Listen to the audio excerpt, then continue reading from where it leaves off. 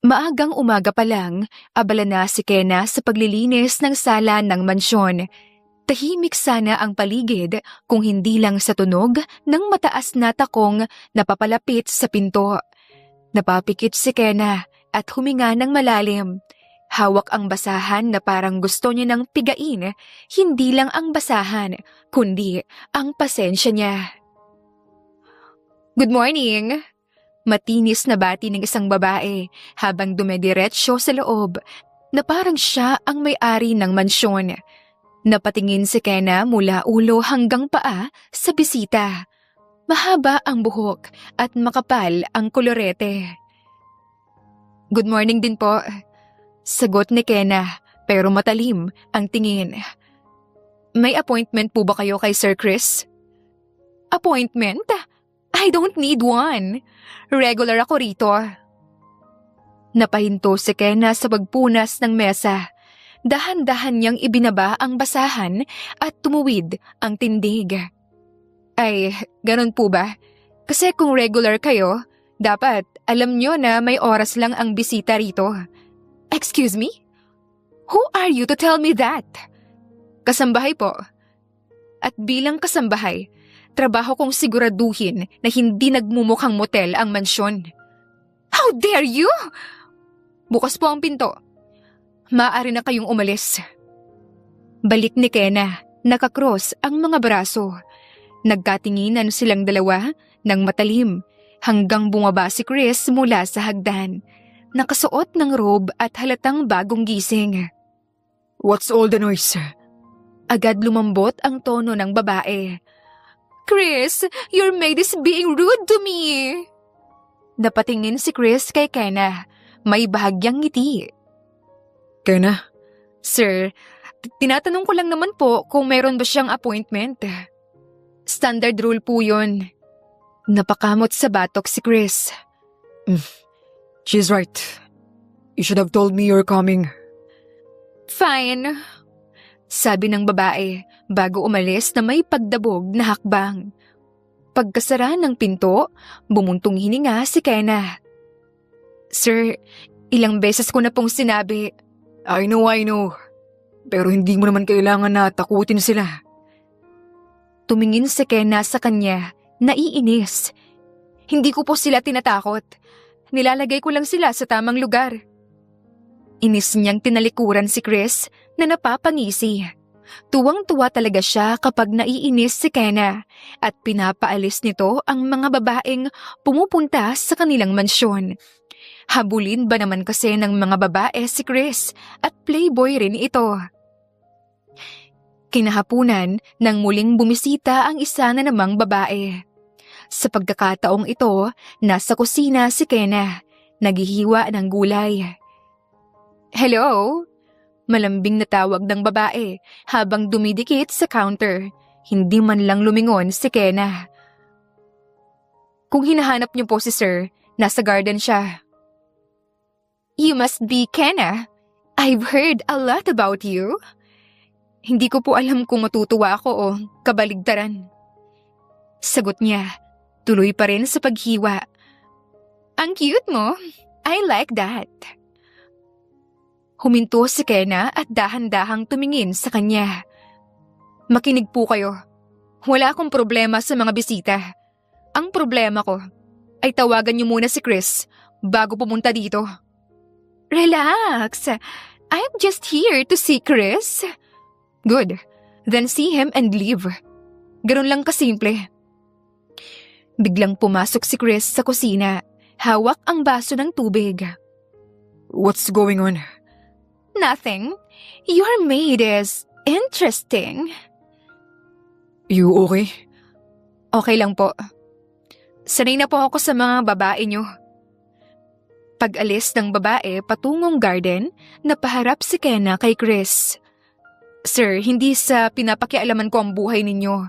Pero sana naman, respetuhin nila ang bahay niyo. I never thought it bothered you so much. Hindi po dahil kasambahay ako. Wala na akong karapatan na mainis. Araw-araw po akong nandito. Araw-araw na may ibang mukha ng babae na pumupunta. Nakakapagod din pong magsaway. at bumalik na siya sa ginagawa niya.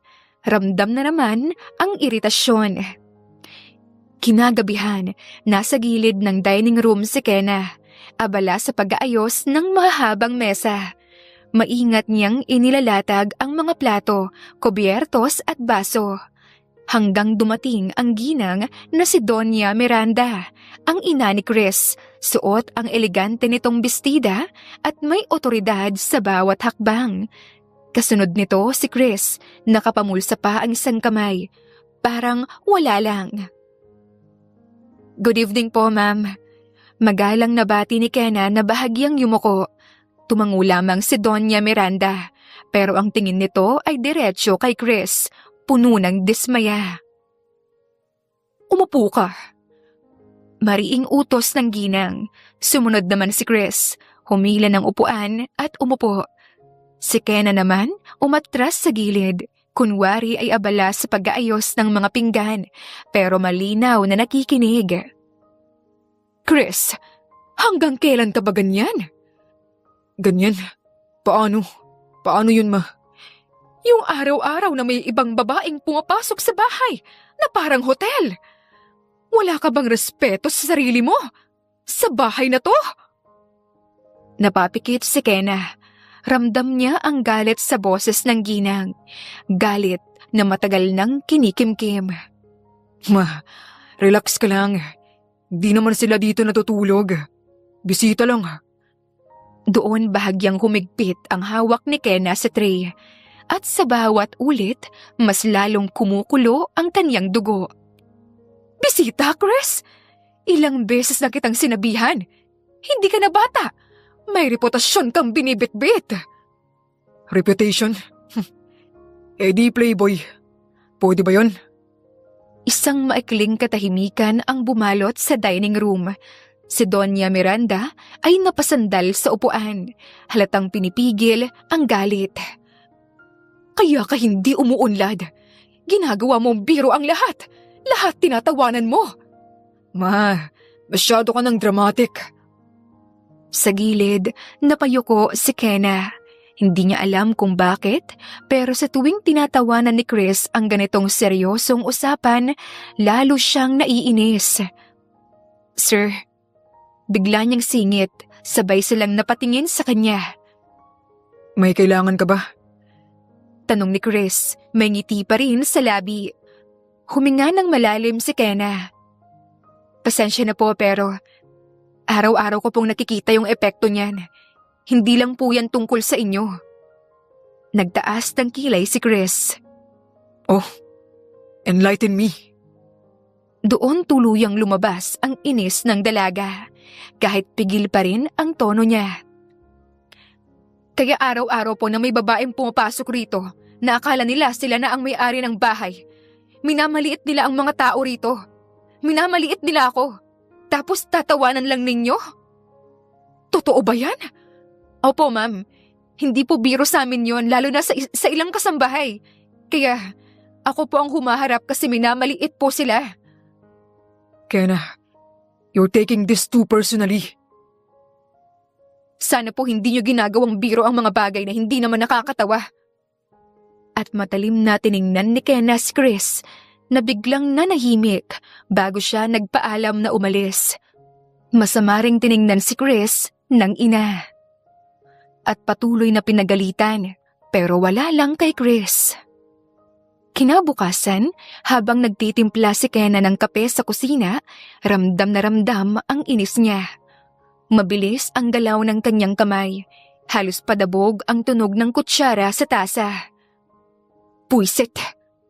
Bulong niya sa sarili habang hinahalo ang kape. "Talagang tinawanan lang?" Umupo siya sa maliit na mesa sa gilid ng kusina, pero hindi niya magawang uminom. Sa halip, nakatitig lang siya roon. Ilang segundo pa, pumasok si Manang Kelly, bitbit ang bayong ng mga gulay galing palengke. "Magandang umaga, iha. Maaga ka na naman." Hindi agad sumagot si Kenna. Napabuntong hininga muna siya sa katuluyang nagsalita. "Manang, kung alam lang ninyo kung gaano ako naiinis ngayon. Ay, alam ko na yan. Mukha mo palang galit na galit na. Ano na naman ba ang ginawa ng alaga nating binata? Ay nako, hanggang ngayon playboy pa rin. Malandi talaga. Pinagsabihan na ng nanay niya kagabi. Tinawanan lang. Talaga, tinawanan lang. Opo, parang lahat na lang joke. Parang wala siyang pakialam kahit paulit-ulit siyang pinapagalitan. Tapos kami pa rito ang laging humaharap sa mga babae na niya. Mga bastos naman. So galit ka dahil bastos ang mga bisita? Hindi lang yun, Manang. Galit ako dahil siyang ugat ng lahat. Kung hindi siya playboy at malandi. Oy, grabe ka naman. Galit na galit ka. Eh kasi naman, Manang, araw-araw may bagong babae na naghahanap sa kanya, pero tatawanan niya lang. Parang proud pa. Ay nako, baka naman nagseselos ka lang. Ha? Ano po? Ay nako, ganyan din ako nung dalaga pa ako.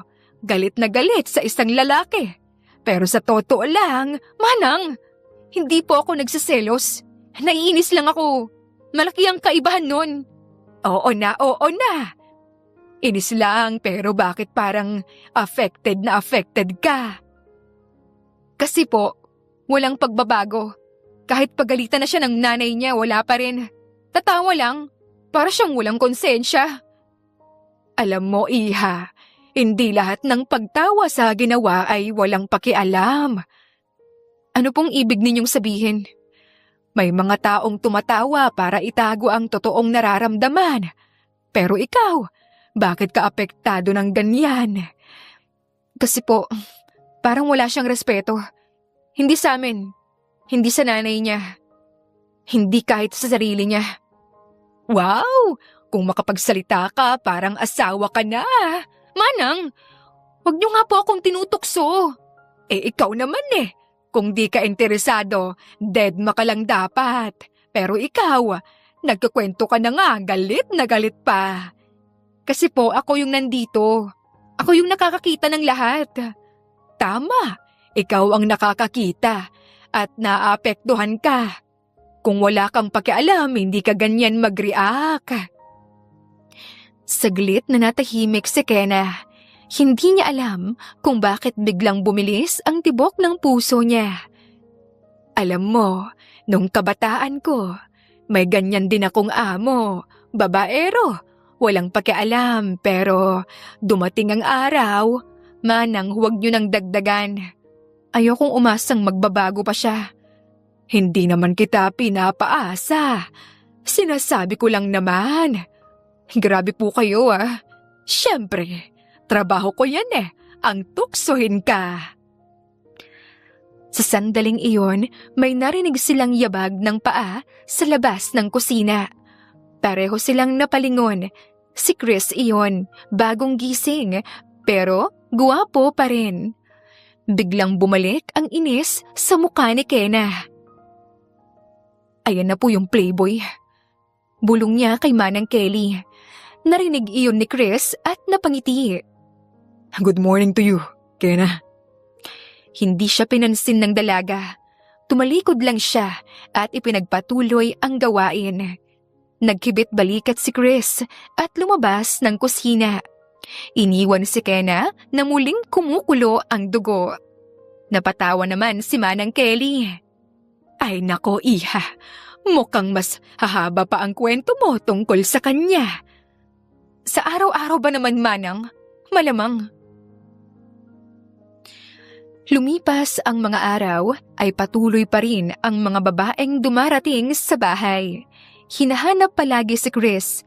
Minsan pa nga, nagtatalo si Chris at ang babae. Kesyo, pinagpalit nito. Minsan pang nakita ni Kenna na sinampal si Chris ng isang babae. Pero wala lamang kay Chris. Tinatawanan niya lamang ito. Isang araw, tahimik ang garden ng mansyon. Abala si Kenna sa pagdidilig ng mga halaman. Hawak ang hose na para bang gusto niyang ibuhos hindi lang ang tubig, kundi pati ang sama ng kanyang loob. Sir, tawag niya ngunit hindi man lang ito lumilingon. Nasa may upo ang bakal si Chris. Hawak ang cellphone. Sagot nito na parang wala lang. Huminga ng malalim si Kenna sa katuluyang humarap sa kanya. May sasabihin po sana ako. That sounds serious. Seryoso po talaga. Tungkol po sa ugali niyo. Oh.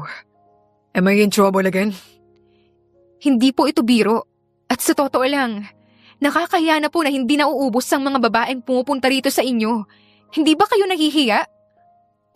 Sa halip na magalit, tumawa si Chris. Tumayo siya at lumapit ng dahan-dahan kay Chris. Huminto naman ang binata sa harapan niya. Masyadong malapit. Napaatras ng bahagya si Kenna, pero hindi siya tumalikod. Ano bang problema mo sa pagiging playboy ko, ha? Lahat. Yung mga babae ninyo din, walang respeto. Akala mo kung sino silang may-ari ng bahay kapag pumupunta rito sa mansyon? Wow! Parang galit na galit ka. Hindi po galit. Naiinis lang. Pareho lang yun. Pero curious ako. Bakit ka nga ba apektado? Dahil po, ako ang nakakakita ng lahat. Araw-araw. Or dahil may pakialam ka sa akin? Huwag na po ninyong baligtarin ang usapan. Di ko binabaligtad ah. Lumayo siya ng isang hakbang, pero hindi nawala ang mapanuksong ngiti. Alam mo, karamihan ng tao rito, takot akong pagsabihan. Ikaw lang ang may lakas ng loob. Dahil po may mali at ayokong manahimik. Admirable. Very attractive, actually. Sir, hindi po ako nakikipagbiruan. Who's joking? Sinasabi ko lang naman ang totoo. Ganto po kayo palagi. Kapag seryoso yung usapan, ginagawa ninyong biro at nakakainis yun ah. Muling lumapit si Chris. Mas mabagal ngayon. Maybe because you look cute when you're mad. Hindi ako cute. Disagree. Very cute. Sir Chris, umayos po kayo. Nakakainis kayo ah. Natigilan doon si Chris. Napatitig siya kay Kenna na bakas ang sobrang inis sa muka. Tumingin si Kenna kay Chris na namumungay ang mga matang nakatingin sa kanya. Hindi ko po intensyon na bastusin kayo. Gusto ko lang naman na matauhan kayo na hindi na po tama ang ginagawa ninyo. Hindi po magandang paglaruan ng mga babae, lalo na ang nararamdaman nila. Tumingin sa kanya si Chris. Seryoso na ang tingin kahit may bahid pa rin ng ngiti. Bigla siyang yumuko ng bahagya. Inilapit ang muka kay Kenna. So tell me, kung di ako playboy, mas mababawasan ba ang inis mo? Hindi po yan ang punto. Napahalakhak si Chris na siyang napakagatlabi. Tumalikod siya at nagsimula ng maglakad palayo pero huminto. By the way, kung talagang gusto mo akong pagsabihan, you're welcome anytime. Anong ibig niyong sabihin? I mean, I enjoy our little talks. At saka, ang ganda mo ah. Ang sarap mong padapain sa kama. Hindi na nakasagot si Kenna. Naiwan siyang nakatayo sa gitna ng garden. Hawak ang hose. Habang unti-unting nawawala si Chris sa paningin, namumula ang kanyang pisngi. Sa kanyang dibdib, hindi na lang inis ang nararamdaman niya. May halo ng kaba at isang tanong na ayaw niyang sagutin. Kinabukasan, medyo iniiwasan ni Kenna si Chris, pero hindi niya pinapahalata. Maaga pa lang, abala na si Kenna sa sala. Maingat niyang pinupunasan ang glass table, pero ang isip niya hindi mapakali. Paulit-ulit pa ring bumabalik sa kanya ang nangyari kahapon sa garden, ang paraan ng pagtitig ni Chris. Ang mga salitang may halong tukso at ang nakakainis ng ngiti nito na parang alam na alam kung paano siya guluhin. Puiset, playboy talaga, malandi. Hindi pa man siya tapos sa paglilinis, biglang bumukas ang malaking pinto ng mansyon. Isang babae ang pumasok. Matangkad, elegante, at halatang mamahalin ang kasuotan. Diretso ang tindig, maayos ang ayos, at may kumpiyansa sa bawat hakbang. Napahinto si Kenna at agad tumingin mula ulo hanggang paa sa bisita. Ay, eto na naman. Panibago na namang babae. Malalim siyang huminga at tinuwid ang balikat. Good morning po. Maayos niyang bati pero may bahid ng lamig ang boses. May appointment po ba kayo kay Sir Chris? Wala. Pasensya na po pero hindi na po basta-basta na tumatanggap ng bisita si Sir Chris nang walang paalam. Talaga? Opo. At kung isa man po kayo sa mga babae ni Sir Chris, mas mabuting umalis na lang po kayo kasi wala kayong mapapala. Diretso ka magsalita, ah? Opo, kasi araw-araw akong nandito. At araw-araw po akong nakakakita ng mga babaeng pumupunta rito para kay Sir Chris. At sa tingin mo, isa ako sa kanila? Opo, sa totoo lang. Saglit na natahimik ang sala. Ramdam ni Kenna ang tensyon pero hindi siya umatras. Sa halip, mas lalo niyang pinatigas ang kanyang muka. Sa halip na magalit, biglang tumawa ang babae. Ay nako, ganyan pala talaga siya. Po, bago siya makapagsalita ulit, may yabag silang narinig mula sa hagdan. Lumingon siya. Si Chris iyon, bagong ligo, nakasuot ng casual na polo. Good morning. Sabi ni Chris, tapos napatigil nang makita ang bisita. Ate, Parang binuhusan ng malamig na tubig si Kenna. Nanlaki ang mata niya at unti-unting namutla ang muka. Dahan-dahan niyang inilipat ang tingin sa babae. Ang kumpiyansang tindig, ang kalmadong aura, ang paraan ng pagtitig kay Chris. nariyan ka na pala. Hindi ka man lang nagsabi. Surprise! Si Kenna ay tila napako sa kinatatayuan niya. Unti-unting nag-sink in sa kanya ang sinabi ni Chris. Biglang nag-init ang pisngi ni Kenna. Ma'am, so, ikaw si Kenna. Tumingin si Kenna, hindi makatingin ng diretsyo. Opo, pasensya na po sa mga nasabi ko kanina. Hindi ko po alam na ate niya ako. Opo, sobra po akong nagkamali. Huwag kang mag-alala. Sa totoo lang, first time kong may nagsalita sa akin ng ganyan dito. I told you, she is fearless. Sir, huwag po ninyong relax. Natutuwa ako sa'yo. Po? Hindi lahat may lakas ng loob na pagsabihan ang mga babae ni Chris.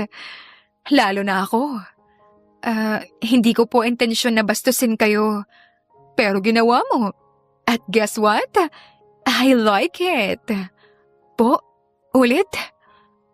Alam mo ba na wala pang kasambahay dito ang naglakas loob na sabihan si Chris na tigilan ang pagiging playboy niya?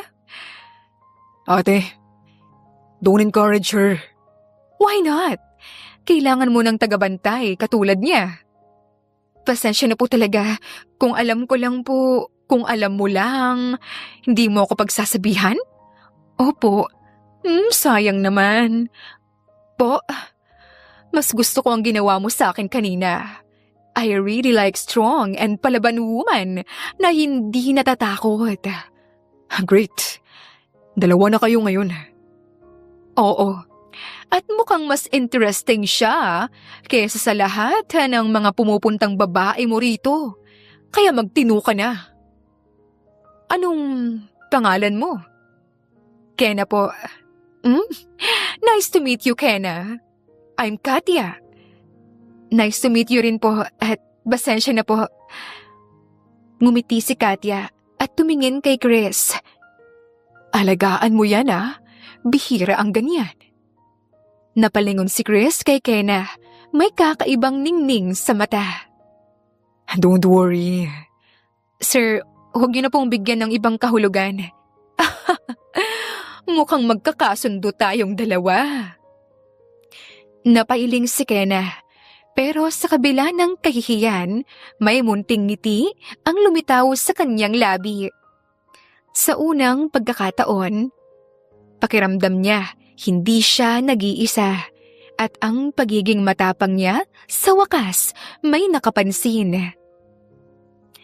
Lumipas ang mga linggo at nanatili ang kapatid ni Chris sa mansyon na agad namang naging close ni Kenna dahil pareho sila ng pag-uugali na dala. May ilang babae pa rin na pumupunta sa bahay pero si Katya na ang humaharap. Marami na itong nakasagutan na babae at kapag sasabihin kay Chris ay tatawanan lang nito kaya nagiinit ang ulo ni Kenna sa inis. Isang mainit na tanghali pero mas mainit ang ulo ni Kenna. Abala siya sa kusina, nag-aayos ng tanghalian.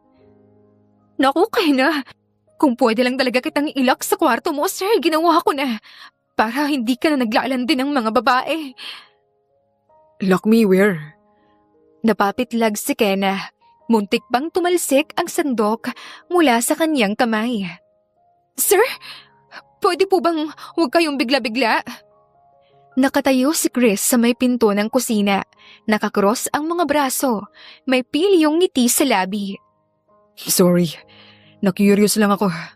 Parang galit na galit ka yata. Hindi po, busy lang.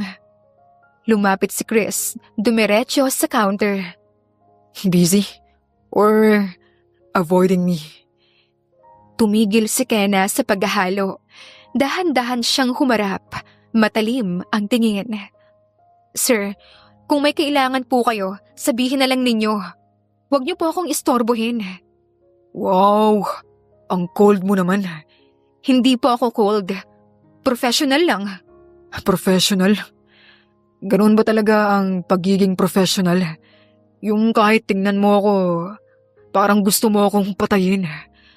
Kung papayagan ng batas, matagal na po. I love your honesty. Hindi ko po kailangan ng validation nyo. Sumandal si Chris sa counter. Halos katabi na niya. Alam mo, sabi ng ate ko, interesting ka raw. Pakisabi po sa ate nyo, salamat. Pero hindi po ako exhibit. Tumawa si Chris at napakagat labi. Napansin naman ni Kenna na kakaiba ang tingin nito sa kanya. Inilapag niya ang sandok at humarap kay Chris. Sir Chris, huwag niyo na po akong kausapin ng ganyan. Anong ganyan? Yung parang nilalandi niyo ako. Saglit na natahimik si Chris. Pagkatapos, ngumiti siya. What if I am? Sir! Relax ka lang. Joke lang yun. Pero bago pa tuluyang makabawi si Kenna, biglang yumuko si Chris at bumulong. Pero ang cute mo kapag nagagalit. Lumayo ka nga, sir! Tumawa si Chris habang mabilis na umatras palabas ng kusina. Okay. I'm leaving. Naiwan si Kenna, nanginginig sa galit. Buisit talaga, malanding lalaki. Isang hapon, nasa veranda sina Katya at Kenna. Nakaupo si Kenna sa maliit na bangkito, nagbabalat ng mangga, habang si Katya naman nakasandal sa upuang kahoy, hawak ang tasa ng tsaa. Alam mo, kung agad kitang nakilala, siguro matagal na tayong magkaibigan. Ganoon din po ang pakiramdam ko, ate. Ay, huwag ka nang magpopo sa akin, ah. Katya lang? Sige po, Katya. Kita mo? Ang saya mo kasama. Salamat po. Salamat, Katya. Hindi ka talaga sanay na pinupuri, ano? Hindi po. Sanay po ako na pinagsasabihan. Kaya kita gusto. Po? Hindi ka plastic. Kung ayaw mo sa isang tao, agad mong pinapakita yon. Kaya natutuwa ako na malaman ko kay Mommy na madalas mong pinagsasabihan si Chris kahit na hindi nakikinig. ginagawa ko lang po ang trabaho ko. Di ginagawa mo ang tama. Saglit na katahimikan ang bumalot sa kanila hanggang sa marinig ang pagbukas ng pinto. Dumaan si Chris sa likuran nila. May hawak na cellphone pero hindi tumigil. Alam mo ba, simula nung nakilala kita, napansin ko kung gaano ka kakaiba sa mga taong nakapaligid sa kapatid ko. Hindi ka nasisilaw sa pera, hindi ka natitinag sa itsura, at higit sa lahat, hindi ka naaakit sa panguuto niya. Inis lang po talaga ang nararamdaman ko sa kanya. Exactly. Kena, kung may babaeng makakapagpaayos sa kapatid ko, ikaw yun. Nakikita at nararamdaman ko talaga na ikaw ang makakapagpatino sa kagaguhan ng kapatid ko. Naku po, ang isang tao ay nagbabago kung gugustuhin. Hindi dahil sa isang tao. Karamahin lang po yung kapatid ninyo. Matututo po yan. At sabay silang natawa na dalawa. Hanggang sa biglang narinig nila ang boses ni Chris mula sa loob. Ate, are you turning my stuff against me again? Sumigaw naman si Katia pabalik. Hindi inaayos ko ang mga image mo. Napatawa si Kena, hindi niya napigilan. Sana lang talaga may babae nang makakapagpatino sa kanya. Natigilan si Kena at napatitig kung nasaan si Chris na may kausap sa cellphone. Hanggang ngayon ay curious si Kena kung bakit playboy ang kaniyang amo. Gusto niyang malaman ang rason kung bakit maraming babae ang nilalandi ito pero hindi sineseryoso. Lumipas ang ilang linggo, madalas guluhin at kulitin ni Chris si Kena na mas nagpainis sa kanya. Madalas silang nagbabangayan kaya natatawa na lamang ang mga kasambahay sa kanila. Pero ang mas nakakatuwa ay wala nang gaanong mga babae ang pumupunta sa mansyon. Madalang na lang, hindi na araw-araw. Samantalang si Katia naman ay may kakaibang napapansin sa kapatid, pero tahimik na lang muna siya. Isang gabi, malalim ang iniisip ni Kena habang nakatayo siya sa balkonahe. Nakatingin sa malayo. Sa likod niya, naroon si Chris, nakasandal sa railing. Nagiinuman silang dalawa dahil inaya siya ni Chris. Hindi nga alam ni Kena kung paano siya napapayag ni Chris. Alam mo, Panimula ni Chris matapos ang sandaling katahimikan. hindi naman talaga ako ganito. Hindi naman talaga ako playboy noon. At sa tuwing sinasabihan akong babaero, tinatanggap ko na lamang kasi totoo naman yun. Hindi na po ninyo kailangan magbaliwanag. Gusto kong magpaliwanag sa'yo. Sa akin? Bakit naman? Gusto kong malaman mo kung ano ba ang rason kung bakit ako ganito. Niloko ako ng ex ko. Hindi agad nagsalita si Kena. Nakikinig na lamang siya. Matagal kaming naging magkasintahan. Masaya ang relasyon namin. Lahat ng gusto niya, binibigay ko. Alam kong hindi ako nagkulang. Akala ko siya na. Pero habang abala ako sa trabaho, may iba na pala siyang kasama. Simula nun, naging madali na lang sa akin ang huwag seryosohin ang kahit ano.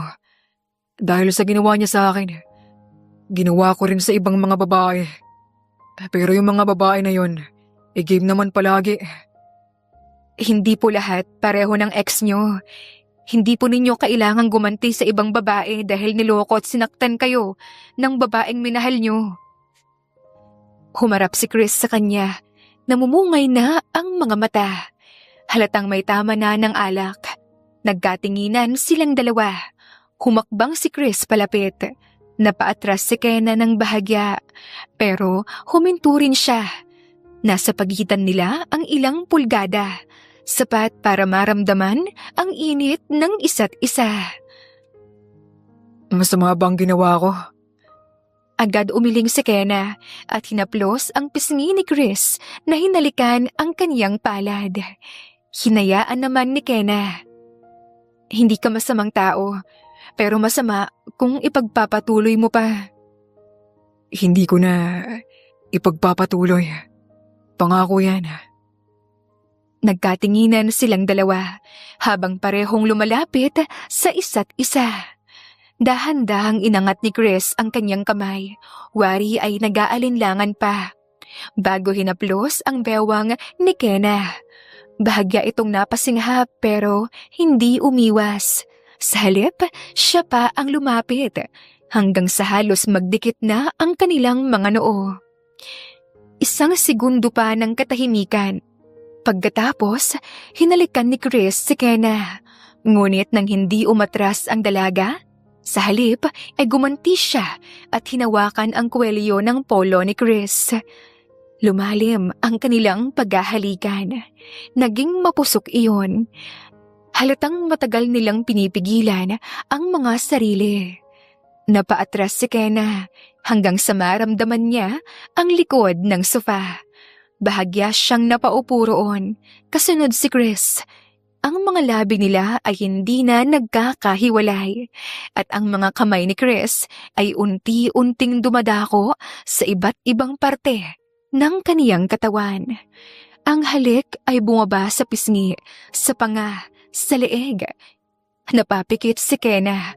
Hawak ang balikat ni Chris habang ang mga daliri niya ay kumakapit sa binata.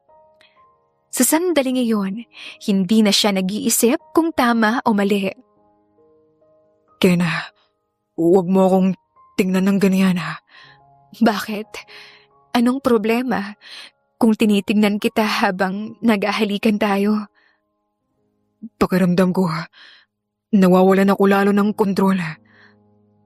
Hindi umatras si Kenna. Sa halip, mas inilapit niya ang sarili niya, sapat para maramdaman niya ang init ng katawan ng binata. Halikan mo pa ako, Chris. Hinawakan ni Chris ang batok ni Kenna. Dahan-dahan, tila binibigyan pa ito ng pagkakataong umiwas. Nang hindi siya itinulak palayo, muli niya itong hinalikan. Mahinang dumaing si Kenna nang kagatin ni Chris ang kanyang leeg. Unti-unting tinanggal ni Chris ang suot ni Kenna. Ganoon din naman ang dalaga. Nang maalis na ang kanilang mga kasuotan, ay mas naging agresibo ang kanilang halikan. Napapakalmot na rin si Kenna sa likod ni Chris dahil kung saan-saan na dumadako ang mga labi ng binata na kaniyang hinahayaan. At sa gabing iyon, hindi na nila napigilan ang kanilang mga sarili. Tuluyang may nangyari sa kanilang dalawa. Kinabukasan, maagang nagising si Kenna, mas maaga kesa dati. Ramdam niya ang sakit sa kanyang pagkababae, kaya ilang beses siyang napadaing at minura pa niya si Chris sa kanyang isipan. Pinilit niyang tumayo kaagad at sinuot ang kanyang mga damit. Namumula siya habang naaalala ang ginawa nilang dalawa ni Chris sa sofa hanggang makaabot sila sa kwarto. Puwiset! Mahina niyang bulong habang nagsusuklay ng buhok sa harapan ng salamin. Isang pagkakamali lang yun. Isang napakalaking pagkakamali. Paglabas niya ng kusina, handa na sana siyang magpakalunod sa trabaho, maglinis, magluto, magwalis.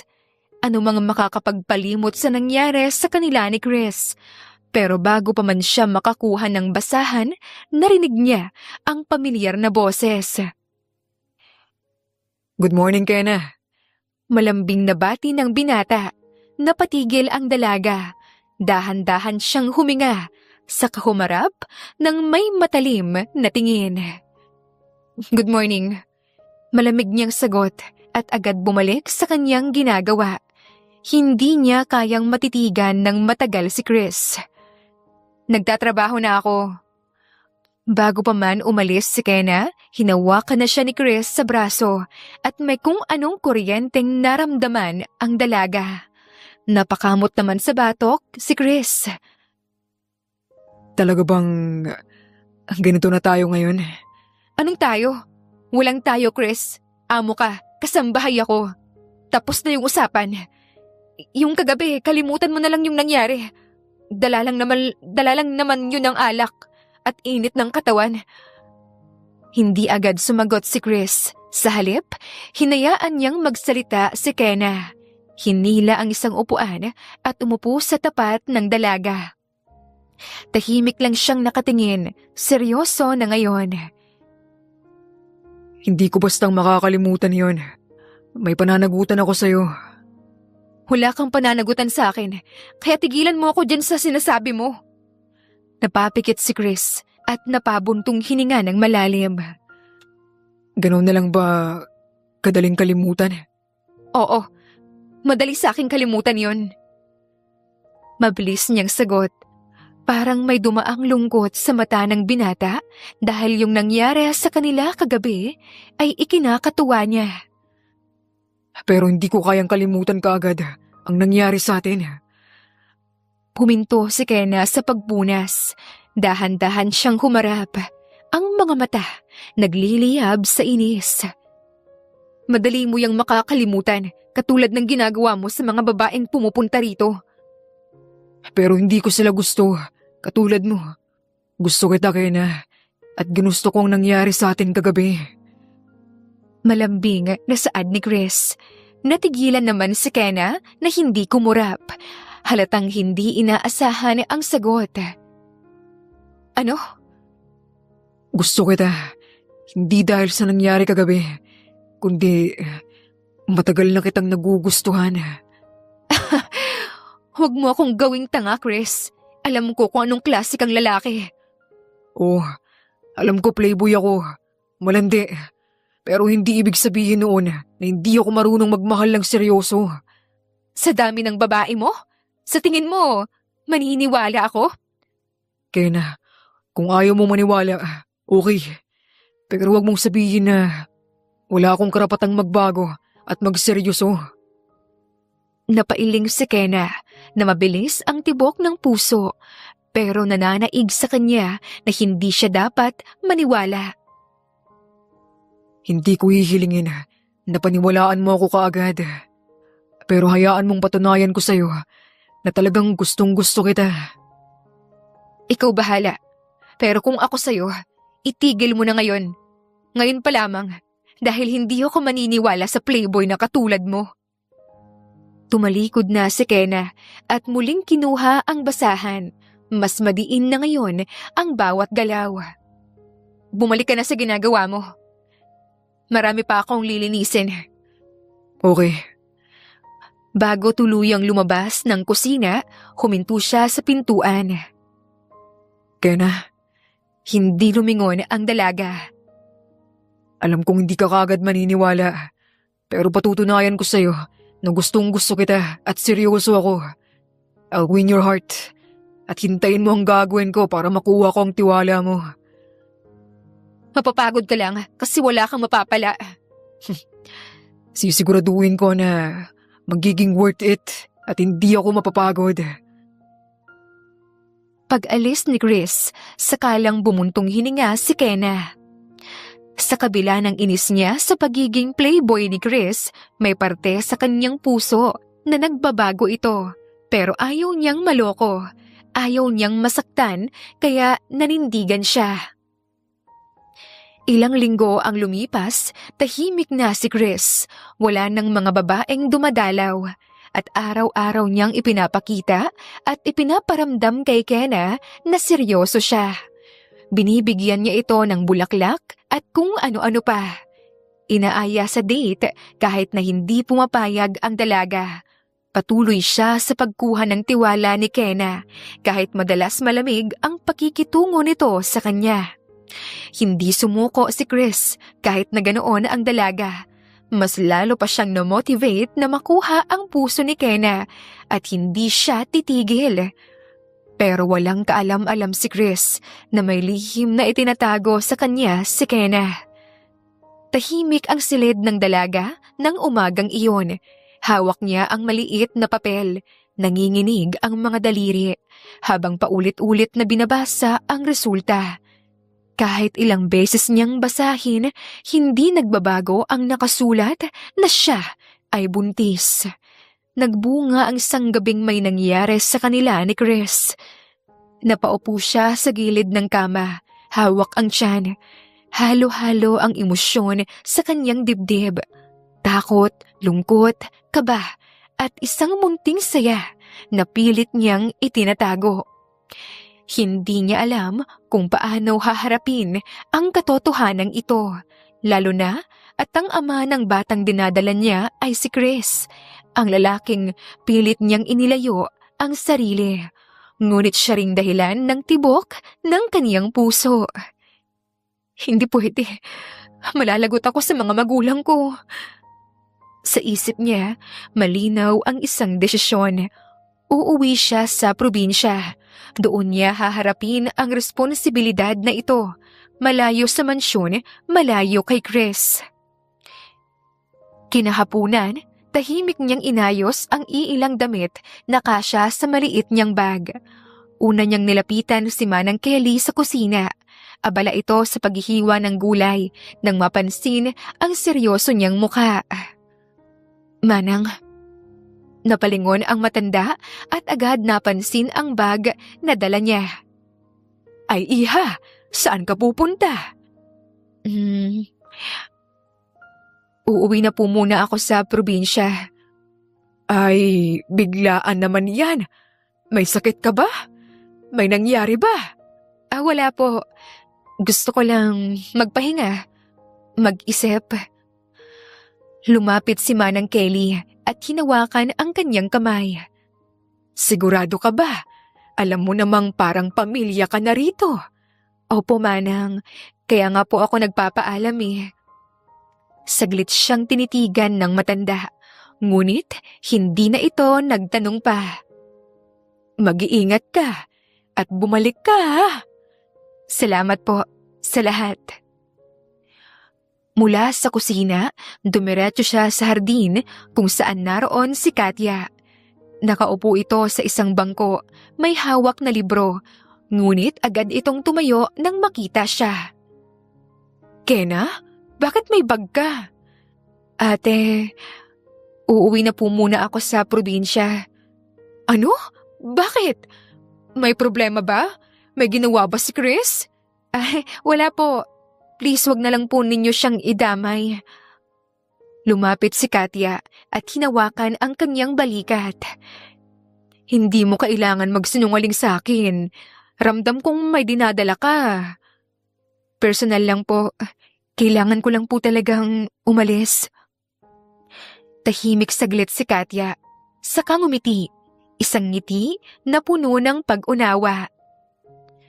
Kung hindi na kita mapipigilan, mag-iingat ka. Ako na ang bahala na magpaliwanag sa mga magulang ko. Kung ano man yung dinadala mo, naniniwala akong malalampasan mo yan kasi matapang ang Kenang nakilala ko. Salamat po ate. Hindi ko po makakalimutan yun. So, babalik ka ba? Hindi ko po alam. Niyakap siya ni Katya ng mahigpit. Kung nais mo nang makakausap, nandito lang ako at palagi kang welcome. Pagbitaw nila, tumalikod na si Kenna. Pilit pinipigilan ang luha. Hindi niya nilingon ang mansyon. Hindi niya hinanap si Chris. Alam niya kung makita niya ito, baka magbago ang isip niya at mas lalong mahirapan. Sa loob ng bahay, si Chris ay nasa opisina, abala sa trabaho. Walang kaalam-alam na sa parehong oras na yon, unti-unting lumalayo ang babaeng mahal niya. Sumakay si Kenna sa sasakyan patungong terminal. Bitbit ang lihim na magbabago sa kanilang lahat. Isang lihim na mag-iiwan ng lungkot kay Chris. kahit hindi pa niya alam kung bakit bigla na lang naging napakatahimik ng mansyon. At sa paglayo ng sasakyan, iniwan ni Kenna hindi lang ang mansyon, kundi ang lalaking mahal niya. Naging masaya at payapa ang buhay ni Kenna sa probinsya. Sa unang mga araw ng kanyang pagbabalik, takot ang bumungad sa kanya. Hindi agad nasabi ni Kenna sa kanyang mga magulang na nagdadalang tao siya, hanggang sa nalaman na ng mga ito. "Anak, kumain ka pa. 2 na kayong pinapakain mo." Bahagyang ngumiti si Kenna. "Busog na po ako, Ma." Hindi ka pwedeng mag-inarte ngayon. May dinadala ka. Sabat ni Mang Nestor, ang kanyang ama. "Opo, Pa." Kailan mo babalak sabihin sa amin kapag malaki na ang tiyan mo? Kung hindi pa namin maririnig na kausap mo yung anak mo, ay hindi pa namin malalaman. "Natakot po ako eh." Natakot? Mas natakot ka pa sa amin kaysa sa kahihiyang dadalhin mo? Hindi po sa ganun. Eh ano? Nagtrabaho ka sa mayamang pamilya. Uuwi kang may daladalang problema. Nestor, tama na. Pasensya na po kung pabigat po ako. Hindi ka pabigat. Anak ka namin. Pero hindi na kinaya ni Kenna. Tumakbo siya papasok sa kwarto. Isinara ang pinto at doon tuluyang bumigay. Umupo siya sa gilid ng kama, niyakap ang sarili at humagulgol. "Ang tanga-tanga mo, Kenna. Ang tapang mo sa iba, pero ngayon..." Kinabukasan, maagang nagising ang dalaga. Lumabas siya ng kwarto at nadatnan ang ina sa kusina. "Ma," huminto ang ina sa paghihiwa ng gulay. Lumapit siya at niyakap ang anak ng mahigpit. "Anak ko, Ma, sorry po. Sobrang sorry." "Huwag ka nang humingi ng tawad. Masakit, oo. Pero mas masakit kung mag-isa mo itong haharapin. Sabihin mo sa akin, ano ba ang nangyari?" Nagkwento si Kenna. Hindi lahat ng detalye, pero sapat para maunawaan ng ina.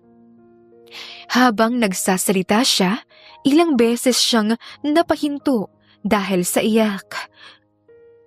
"Hindi ko po sinadyang mahalin ang anak ng amo ko. Hindi ko po inaasahan na mabubuntis po ako." Hinawakan ng kanyang ina ang kanyang kamay. Pumasok naman si Mang Nestor. Tumingin siya kay Kenna, saka umiwas. "Pa..." Hindi sumagot ang ama. Umupo lamang ito sa silya. Anak, galit ako. Hindi sa'yo, kundi sa lalaking nanakit sa'yo. Sa lalaking nakabuntis sa'yo. "Pa..." Kung nandito lang yun, hindi ko may papangako ang sarili ko na hindi ko siya masasaktan. "Pa, kasalanan ko rin po." Hindi kasalanan ng babae ang mabuntis. Lumapit si Mang Nestor at dahan-dahang ipinatong ang kamay sa balikat ng anak. Pero sana, nagsabi ka kaagad. "Sorry po." Mula noon, alagang-alaga na si Kenna ng kanyang ama ng kung ano ang mga dapat niyang gawin. Isang gabi, biglang sumakit ang tiyan ni Kenna. Napaupo siya sa higa, hingal na hingal. Sumigaw siya. Agad na dumating ang mga magulang. Ano yan? "Masakit po." Umiiyak si Kenna. Agad siyang inalalayan ni Mang Nestor patungo sa kama. Hinawakan ng kanyang ina ang kamay ng anak. "Huminga ka lang." Matapos ang ilang minuto, humupa rin ang sakit na nararamdaman ni Kenna. "Pa, natatakot po ako." Hindi ka mag-isa. Hindi ka namin pababayaan. Sa gabing iyon, Hindi umalis si Mang Nestor sa tabi ng kama ng anak. Sa probinsya, nagkaroon ng peace of mind si Kenna, pero may pagkakataong naiisip niya si Chris. May kaunting guilt siyang nararamdaman dahil hindi niya man lang sinabi na magkakaanak na silang dalawa. Dahil napangunahan siya ng takot at kung ano-anong mga iniisip. Pero ayaw niyang ma-stress, kaya mas focus siya sa kanyang baby. Isang hapon, si Kenna ay nasa loob ng kwarto. Ang isang kamay ay nakapatong sa kanyang tiyan habang dahan-dahan iyong hinihimas. Baby, behave ka lang ah. Ayokong pagalitan tayo ni Lolo. Nabangiti siya sa kamarahang bumangon para uminom ng tubig. Pero bago pa man siya tuluyang makalabas ng kwarto, may narinig siyang pamilyar na boses mula sa labas. Isang boses na matagal na niyang pilit kinakalimutan. Opo, tita. Ako po si Chris. Nanlamig ang katawan ni Kenna. Dahan-dahan siyang lumapit sa bintana at sumilip. Doon niya nakita ang lalaking hindi niya inaasahan na nakatayo sa harapan ng bahay. Maayos ang suot, hawak ang ilang supot ng grocery. May ngiti sa labi habang kausap ang kanyang ina. Hindi pwede. Bulong ni Kenna sa sarili. Sa labas, magalang nang umiti si Chris sa ina ni Kenna. Pasensya na po kung bigla akong dumating. Gusto ko lang po sana kayong makausap. Ikaw yung anak ng amo ng anak ko, di ba? Opo, ako po yung dahilan kung bakit umuwi si Kenna sa inyo ng biglaan. Bago pa makapagtanong si Aling Rosa, bumukas ang pinto ng bahay ng malakas. Ano to, Ma? Bakit siya nandito? Napalingon si Chris. Agad namungay ang mga mata. Kitang-kita niya ang pagbabago kay Kenna. Tumaba ito, mas bilugan ang tiyan. Ngunit naroon pa rin ang tapang sa mga mata. Pero kahit ganoon, mahal na mahal pa rin siya ni Chris. Kenna. Anong ginagawa mo dito? Sinundan mo ba ako? Hindi. Hinahanap kita. Bago pa man makasagot si Kenna, bumukas na ang pinto sa likod nila. Lumabas si Mang Nestor. Pawisan, hatak ang itak na kagagaling lamang sa pagputol ng kahoy. Sino yan? Pa, hindi pa tapos si Kenna nang biglang manigas ang katawan ni Chris sa nakita. Ikaw ba yung lalaki? Ikaw yung nanakit sa anak ko? Pa, sandali lang po. Ngunit hindi na nakinig ang ama. Lumayas ka rito! Biglang umabante si Mang Nestor. Itinaas ang itak sa kahinabol si Chris. Nagpaikot-ikot sila sa labas hanggang mapahinto sila nang sumigaw ang kanyang asawa. Nestor, wag! Pa, tama na po! Umalis ka sa harapan, Kenna! Nestor, ano ba? Pakinggan mo muna ang bata! Napatigil si Mang Nestor, nanginginig sa galit. Anak, lumayo ka! Samantala, dahan-dahan namang umatras si Chris. Sir, hindi po ako lalaban. Kung gusto niyo po akong saktan, tatanggapin ko. Biglang humakbang si Mang Nestor ng pasulong. Napasigaw ang kanyang asawa at sabay-sabay silang nagtakbuhan palabas ng bakuran. Si Chris sa unahan, si Kenna at ang ina sa likod. Si Mang Nestor naman, humahabol pa rin. Hawak ang itak. Pa, tama na. Maawa po kayo. Huminto si Chris sa gitna ng kalsada. Humarap siya kay Mang Nestor at dahan-dahang lumuhod. Sige po, kung kailangan niyo po akong saktan para mapakinggan niyo ako, sige lang po. Ilang segundo ang lumipas bago tuluyang bumagsak ang itak sa lupa. Magsalita ka, pero isang kasinungalingan lang at hindi na kita patatawarin. Tumayo ang binata. Hindi ko po alam na buntis si Kenna. Nang umalis po siya, Hinanap ko siya. Halos mawala po ako sa sarili ko dahil ayaw sabihin ng ate ko kung nasaan siya. Kaya sariling sikap ko po ang paghahanap ko. Bakit ngayon? Dahil natuntun ko na po siya at mahal ko po ang anak ninyo. Seryoso po ako sa kanya. Hindi ko po hinihingi ang tiwala mo kagad. Alam kong di ko deserve yun. Eh bakit nandito ka? Para muling guluhin ang buhay ko? Para ayusin. Kung papayagan mo ako, paninindigan kita, Kena. Huwag mo lang sana akong ipagtabuyan.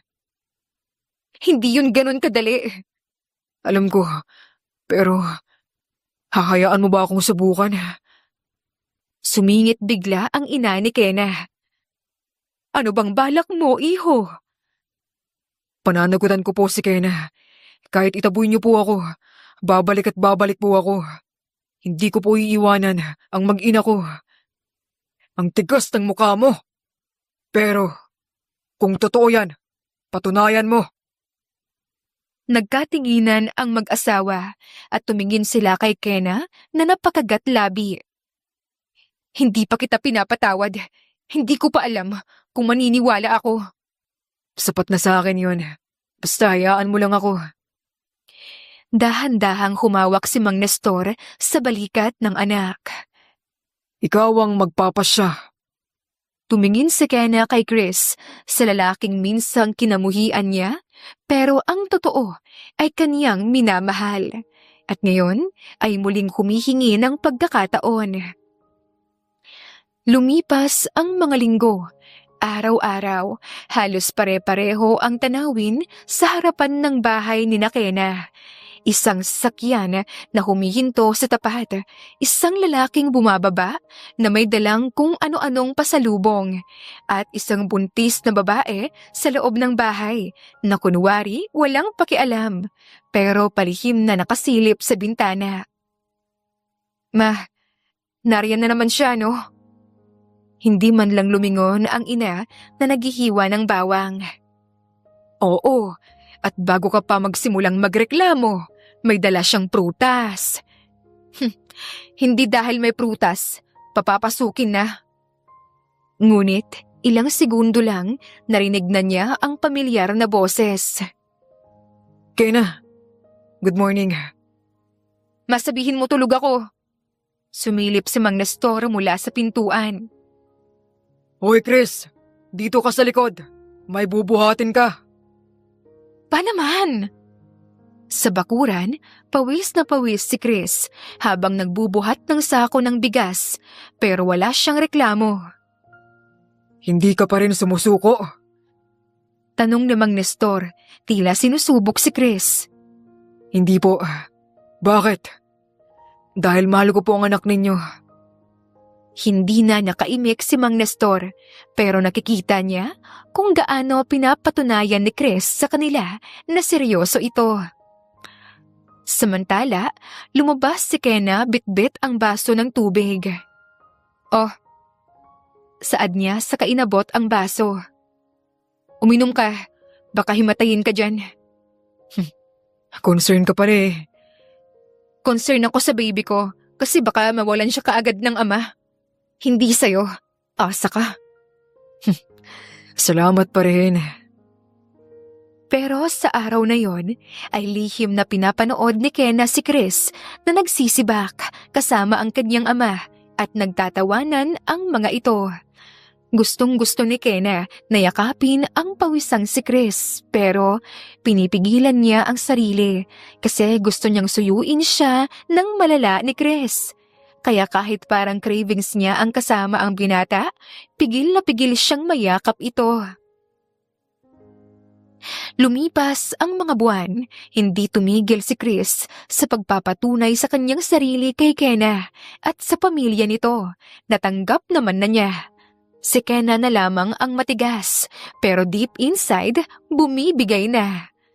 Hanggang sa malaki na ang tiyan ni Kena at ramdam niya na ang hirap gumalaw. Kapag tumatayo siya, kailangan na niyang humawak sa kung saan. Kapag umuupo, dahan-dahan. At sa bawat sandaling iyon, palaging naroon si Chris. Doble ang kanyang pag-iingat. Siya pa ang mas takot kay Kenna, kaya't nanatili si Chris sa probinsya para mabantayan ang babae. Alam na rin ng kanyang pamilya ang pinagbubuntis ni Kenna at excited ang mga ito na makita ang babae. Pero ayaw muna ni Chris na mabigla si Kenna, kaya dinadahan-dahan niya muna ang lahat. 6 na taon na ang lumipas, kasal na sina Kenna at Chris, pero hindi naging madali ang lahat sa kanilang buhay bago nila makamtan ang kasiyahan at kapayapaan na meron ang kanilang pamilya. 2 taon rin ang panliligaw na ginawa ni Chris bago siya sagutin ni Kenna. Pero ang lahat ng iyon ay worth it dahil matibay at masaya ang relasyon na meron sila ngayon. Nagtayo silang 2 ng bahay sa probinsya. Mas pinili nilang doon na manirahan kasama ang makulit nilang anak na siyang nagbibigay saya at kulay sa kanilang tahanan. Mama! Si Papa dinaya ako! Sigaw ng batang lalaking si Kino habang patakbong lumalabas ng kwarto. May hawak na laruan. Hindi kita dinaya. Sagot ni Chris mula sa sala. Kunwari, inosente. Strategic move yun. Hindi ka marunong matalo. Mana ka sa nanay mo. Hoy, narinig ko yun ah. I love you. I love you too. Balik ni Kenna pero halatang may saya sa boses. Ma, Papa's cheating. Napabuntong hininga ang dalaga at yumuko para pantayan ang mata ng anak. Kino, hindi porket natalo ka kay Papa, nandaya na ang Papa mo. Pero talo pa rin ako. Lumapit si Chris at ginulo ang buhok ng bata. Gusto mo ng ice cream? Bibilhan mo pa po ba ako, Pa? Kung tatahimik ka. Okay. Natawa si Kenna at Chris sa naging reaksyon ng kanilang anak. Sa dingding ng kanilang sala, nakasabit ang isang simpleng wedding photo nilang mag-asawa at kitang-kita roon na sila ay masaya. Ma, bakit parang galit ka dyan sa picture? Ha? Yung kilay mo, parang gusto mong suntukin si Papa. Kasi nga, ayaw niyang umiyak. Sino may sabing ayokong umiyak? Ikaw nga yung hagulgol ng hagulgol dyan eh. Siyempre masaya ako, no? Kasi pinakasalan ko yung babaeng mahal ko. Sus talaga. Pa, promise mo ba yun kay Mama? Ang alin? Na hindi mo siya sasaktan, iiwan at papaiyakin. Promise. Sa harap ng Diyos, sa harap ng mama mo, at sa harapan mo. Okay, kasi kapag umiyak si Mama, magagalit ako sa'yo. Naku, ang tapang-tapang mo ah. Mana po sa'yo. Maya-maya, dumating ang mga magulang ni Kenna na may dalang gulay. Oh, nagsisigawan na naman ba kayo? Family bonding. Masaya ka? Oo pa. Ngumiti si Mang Nestor, proud at masaya. Higit sa lahat, kampante siya para sa anak dahil napunta ito sa maayos na lalaki na noon ay playboy pero ngayon responsable ng ama at asawa. Kinagabihan, nakatulog si Kino sa pagitan ni Kenna at Chris. Tahimik na pinagmasdan ni Kenna ang anak. Dahan-dahan niyang inayos ang kumot ni Kino, saka napabuntong hininga. Hindi niya namalayan na may luhang tumulo sa gilid ng kanyang mata. Napansin iyon ni Chris. Hey, bakit ka umiiyak? Hindi ko alam. Siguro, overwhelmed lang. Overwhelmed in a good way? Matagal na panahon na, Chris. Akala ko noon, mag-isa kong palalakihin ang anak ko. Nawala siyang kikilalaning ama. Kaya nagpapasalamat ako kasi kusa mong nalaman, kaya sobrang thank you talaga. Tahimik sandali si Chris. Kita sa kanyang mata ang emosyon. Thank you, Kena. San naman? Sa pagbibigay sa akin ng chance. Alam ko na hindi madaling magtiwala sa lalaking minsan maraming mga babae. At nauunawaan ko naman kung bakit natagalan na maibigay mo ang tiwala mo. Pero nagpapasalamat ako ng sobra. Hindi ka perpekto, pero pinili mong magbago na siyang nakita ko. Kaya naibigay ko ang tiwala ko sa'yo, and that matters. Thank you sa paniniwala sa akin. Kahit minsan, hindi ko na rin alam kung deserve ko pa. Deserve mo, kasi hindi mo lang sinasabi. Ginagawa mo, at saka pinatunayan mo sa akin. Saglit na natahimik ang dalawa. Inabot ni Chris ang kamay ni Kena at mahigpit niya itong hinawakan. Alam mo ba kung gaano ako nagpapasalamat sa'yo? Tell me. Thank you kasi hindi mo ako sinukuan. Thank you kasi hinayaan mo ako na maging ama sa anak natin. Thank you kasi nung nag-doubt ako na baka hindi ko kayanin na maging mabuting ama sa kanya, nariyan ka at pinalakas mo ang loob ko. Chris, Thank you kasi hinayaan mo ako na mahalin kayo, ikaw at si Kino. ako nga ang dapat mag-thank you eh. Thank you kasi pinatunayan mo na may lalaking kayang tumupad sa kanyang mga pangako. I promise, hindi ko kayo iiwan. Kahit anong mangyari. Dahan-dahang umiti si Kena. Sa kamarahang isinandal ang noo sa noo ni Chris. Pero maingat pa rin silang dalawa na huwag magising ang kanilang anak. Dahan-dahang hinaplos ni Chris ang buhok ni Kena. Alam mo, dati, akala ko sapat na yung magmahal lang. Pero ngayon ko lang talaga naunawaan kung ano ang ibig sabihin ng manatili. Mananatili ka sa tabi ng partner mo kahit na mahirap, kahit na nakakapagod, kahit ang daming pagsubok, kahit na parang suko ka na pero mananatili ka pa rin sa kanyang tabi. Saglit na tumingin si Kena kay Kino, saka bumalik ang tingin kay Chris. Takot din ako eh. Maraming gabing iniisip ko kung tama ba tong pinasok ko, kung kakayanin ba natin. Pero palagi kong iniisip na nariyan ka. Hindi ako nag-iisa. Magkasama nating palalakihin si Kino na may respeto at mabuting puso. Kaya wala kang dapat ipag-alala.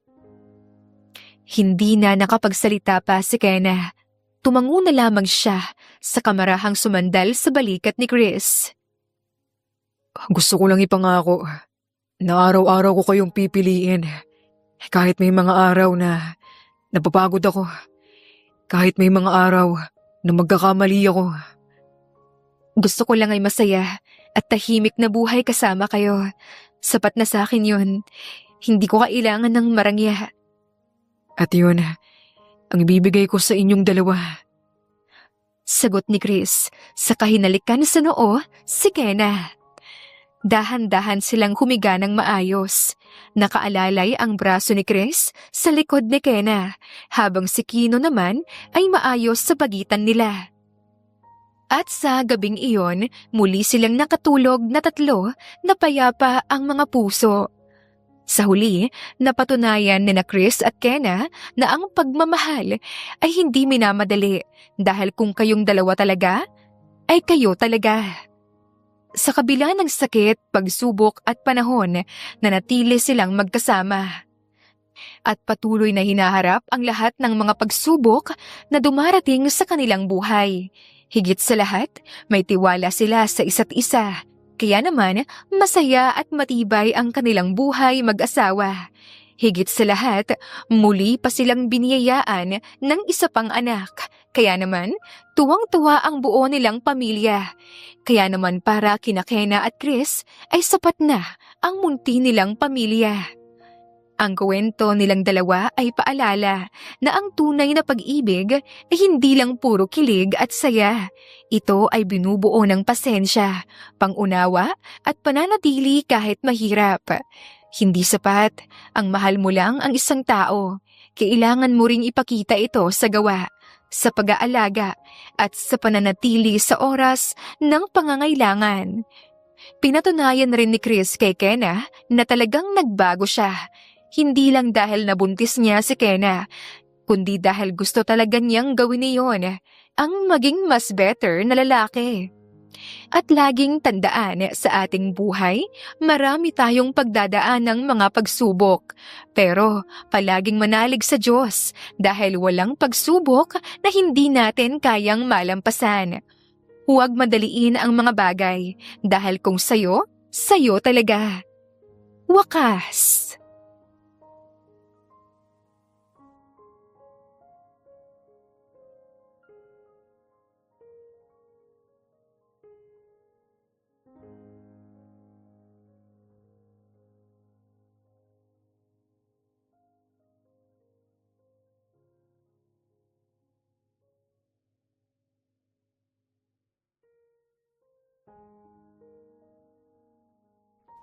Presbyteros Rose, Maria Evangelista, Eli Evangelista Anderson, Marisa de los Reyes of Saudi Arabia, Conchita Alos Rage, Ana Flor Saico, Christian Fidelino, Judith Castro, Beth Sardina, Jelly Tampos, Fatma Mansul, Senenor Zame, Flor Cabrera of Santa Rosa, Laguna, Liliano Bebe,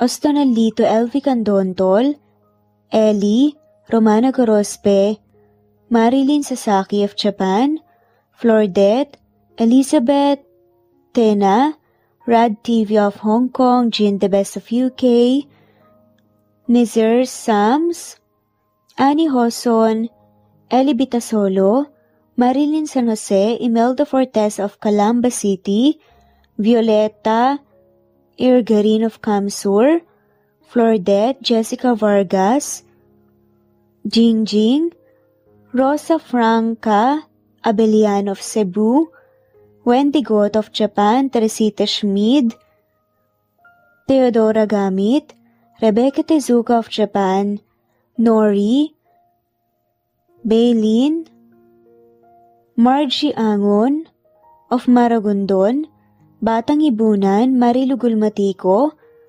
Leda Dapito, Geraldine Ana Victoria Lindy of Macau, Marites Nitura, Reynante Salamanya, Pasita Eliazar, Jingjing Nazareno, Gina Monge, Rosemary Vasquez, Mercy Villantes, Freda Reyes, Teresita Loida Gabas, Christian Fidelino, Ellie, Wilma Dargantes, Teresita de los Santos, Teodora Gamit, Rosemary, Romana, Leonisa, Kidim, Jean Debes, Eddie Codillian of Winnipeg, Canada, Flor, Ellie, Emily, Elila, Merlin, Leonisa Azotes, M. Season Vlog, Princess Rocker, Emma Gura, Flora Pasita Eliazar of Ontario, Canada, Eli Bitasolo of Milan, Italy, Carmencita Falcon, Rayland Pudadera, Marilu Gulmatiko, Imelda, Liliano, Senen, Fatma Mansul, Teodora Gamit, Mercy, Evangeline Zamora, Chabidal, Kinciano Obas, Charlene Cartilla, Sofia Moore, Dumlao of Santiago City, Andrea Taga, Teodoro Roliuki, Ligaya Calvo, Maria Teresa Rosende Corpin, Ida Rojas, Stephanie Arroyo, Kidim, Bonifacio Kinson, D. Naitan Canada, Erlenda Heronda of Matanao, Davao del Sur, Leonila Perea of Concepcion, Cavite, Elsa Opiane, Presbiteros Fenavares, Ederlina Albiso, Lorna Ayman, Rose Marie Vasquez, Leonisa Azotes, Irish de la Peña, Marilyn San Jose, Eli Bitasolo, Senen, Catherine Lacinario, Ronilio, Marisa de los Reyes, Eddie Codillian of Canada, Jean DeBes of UK, Teresita, Rebecca Tezuka of Kawasaki, Flora Fesparung of Batangas City, Ruby Corazon Riera, Elvi Candontol, Nathan, Canada, Wilma Dargantes, Annie Hoson, Romana, Flor, Theodora Gamit, Nizer Sams, Emily Borak, Evangeline, Yana Binyon, Kimberly Ann Kempis, Theodora Gamit, Merlilyn Carmen Calunod, Christy Cabrera, Edrelina Gatyoan, Nori, Teresita Schmid, Liliano Bebe, Rosalinda, Isidro, Leonora Pandakila, Mary Jean Malunes, Maria Nita Saltarin, Marlene Bosico, Pasita Eliazar, Celia Harabejo, Lovely Angel, Maria Elena Barosa, Chari Patata, Susan Melinda Gelit, Gloria Lucas of Poblacion Norte, Licab, Nueva Ecija, Francis Pilapil from Binganonan, Rizal, Ruby Corazon, Chabidal, Mary Joy Sabaresa, Lebuna Arnel, Angie, Reder, Kinciano Ebas, Lucia Baldo, Ara Adhani, Yamasuka, Evangeline Bautista, Mary Joy, Rodrigo Valerio of Balanga City, Bataan, Rosal, Rosalie, Ana Flor Saico, Carlo Gayorgor, Jelly Tampos, Rosemary Vasquez Presbiteros, Rose Eli Evangelista Anderson, Fe Navares, Ostonolito Catherine, Ara Adhani, Jean DeBes of UK, Lily Sales, Rose Mebucadon of Saudi Arabia, Ellie, Liliano Bebe of Italy, Lily, Loida Gabas, Ellen Cervantes of Malolo City, Bulacan, Evangeline Zamora, Jennifer Odias of Claveria, Miss Oriental, Nori, Annalyn Divina Gracia, Merlilyn Linley, Nora Balias of Siargao Island, Meding, Elvi Candontol, Wilma Dargantes, Helen Murillo, Ara Adhani, Carmencita Falcon, Ederlina Albiso, Florence De Leon, Rebecca Tezuka, Annie Hoson, Matea Ejes, Nancy Navarra, Teresita Schmid, Mercedita San Jose of Antipolo City, Princess Rocker, Marilu Gulmatico, Ana Victoria, Imelda Forteza of Calamba City, Jan Lulete, Batang Ibunan, Pinay, Elsa Kimura, Fatima, Eli Ramirez of Caloocan, Liliano, Saida, Flordet, Helen Murillo, Jelly Tampos, Senen Orzame, Elaila, Leonisa Azotes of Bacolod City, Pasita Eliazar, Romana Gorospe, Flor Cabrera of Laguna, Carmencita Falcon, Ronilio, Conchita Alcos, Rosemary Vasquez, Eli Bitasolo of Milan, Italy, Marilyn San Jose, Fe Navares, Annie Hoson, Evangeline Zamora, Imelda Taay, Charlene Cartilia, Julieta Hermosura, Elvi Candontol, Teresita Schmid,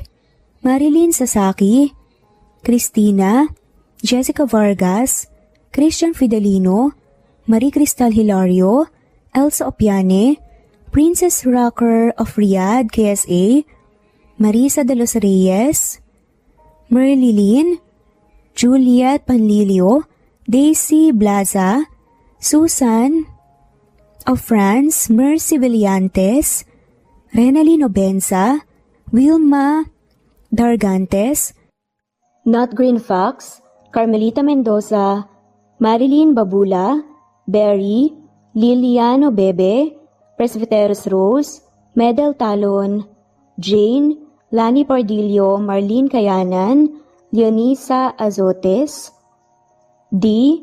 Marie Ramos, Araceli Lilio Saria, Miras Channel, Raquel Epe, Gina Tutor, Jane, Hartley, Sunshine Sotalbo, Maricel Cabigon, Merlin Baroza, Gina Marayo, Merlin Rodel Obejero, Hans, Cecilia Comoda, Tahani Vlog, Merlin, Kuya Atok, Maria Merly Brogada, Marilu Cabantak, Filipina, Eileen, Mercedita San Jose, Lovina Galang, Lilian, Teresita de Jesus, Monina Aviles, Yula Pedrona, Romana Gorospe, Rosemary Vasquez, Marley Lazaraga, Leonisa Azotes, Jocelyn Tancinco, Estelita Mahia, Ding Lege,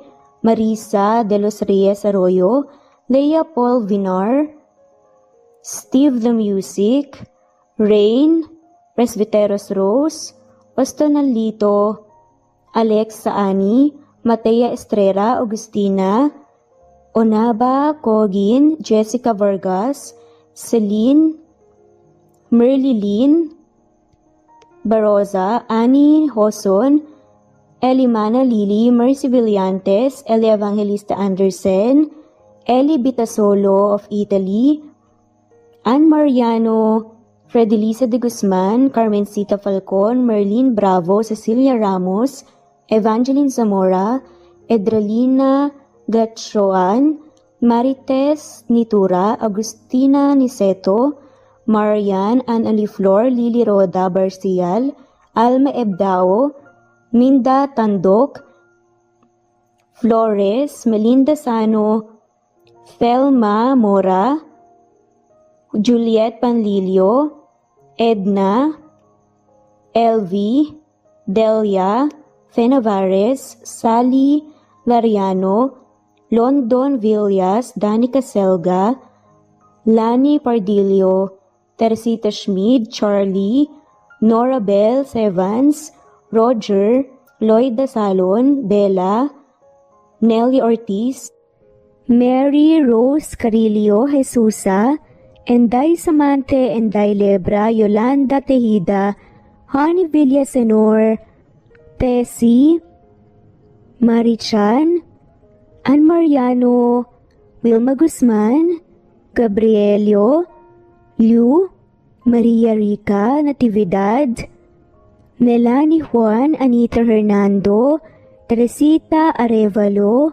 Raquel Magno, Carmencita Falcon, Flordet, Nat Green Fax, Luz Templo Nuevo, Teresita Schmid, Flor Cabrera, Virginia Salazar, Luz Templo Nuevo, Leia, Madeline Tagle, Wilma Villafuerte, Isaac Ablon, Menchita de Belen, Federico, Mercy Edrosolo, Fe, Adamson Machas, Quinciano Ebas, Eli Ramirez Elizabeth Quilas, Harem Ruhi, Julius Edna Romero, Charlie Angelina Samia, Emma Gadiano, Rosemary Vasquez, Lisa, Estelita Mahia, Elvi Candontol, Corazon Danke of University of Eastern Philippines University, Teresita, Neil Bacolor, Evangeline Zamora, Charlie Jane Clemente, Susan Upaga, Susan Rodrigo, Fred de Liza de Guzman, Juby Hernandez, Helen Murillo, Edarlina Fahil, Rosie, Juliet Kaday, Kuya Atok, Betty Losnong, Crescen, Susana, Tessie, Rumbawa, Lovina Galang, Aida Jurado, Emily Kinlog, Mirna Hamero, Liz Berito, Gabrielio, Juan Spotify, Imelda Fortes of Columbus City, Larry Malapaya, Dance, Remy's Life Official, Ellie Evangelist Anderson, At shoutout na rin po sa lahat na mawalang sawang sumusubaybay. Sa mga gusto pong magpa-shoutout, i-comment lamang po ang inyong pangalan at kung tigisan po kayo para ma-shoutout kayo sa next video. Thanks for listening. Muli ito ang Cat Amazing Stories. God bless everyone.